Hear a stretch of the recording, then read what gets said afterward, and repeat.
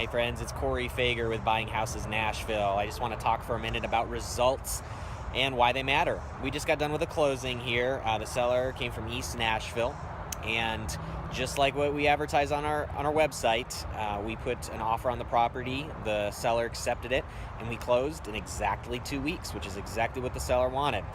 So this thing with results, a lot of investors will talk a big game, but they can't back it up because they can't actually close that quickly. They don't have the financial backing.